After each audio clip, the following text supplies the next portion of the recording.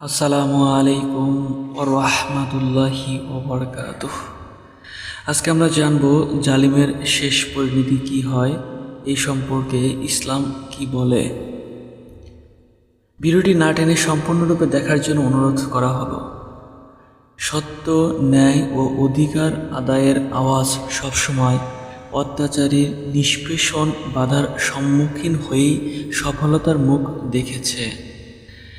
ন্যায়ের আওয়াজ বন্ধ করতে অত্যাচারীর জুলুম বা অন্যায় অত্যাচারের ইতিহাস অনেক পুরনো।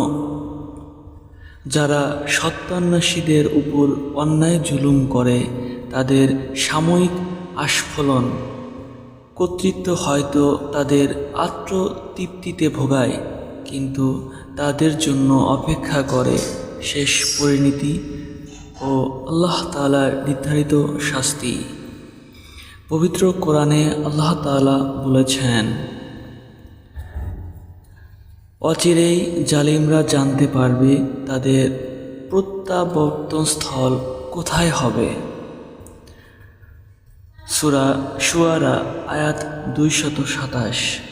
সীমাহীন অত্যাচার জুলুমে মুক্তির পথ খুঁজে না পেলে আমাদের জন্য আদর্শ হতে পারে রাসূলুল্লাহ সাল্লাল্লাহু আলাইহি ওয়াসাল্লাম। মুসা আলাইহি ওয়াসাল্লাম ও অন্যান্য নবীদের জীবনী আমাদের আদর্শ হতে পারে।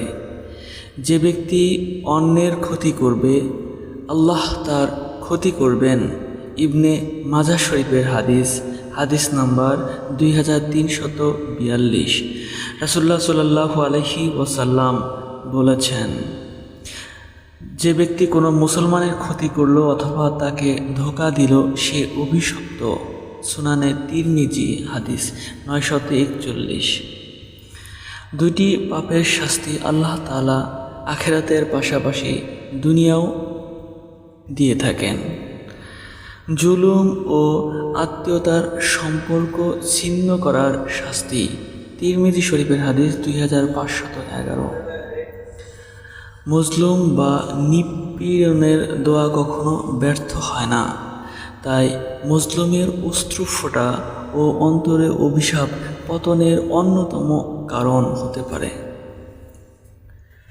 ফলে আল্লাহর পক্ষ থেকে জালিমের উপর নেমে আসে কঠিন আযাব, তাদের অধঃপতন ত্বরান্বিত হয়।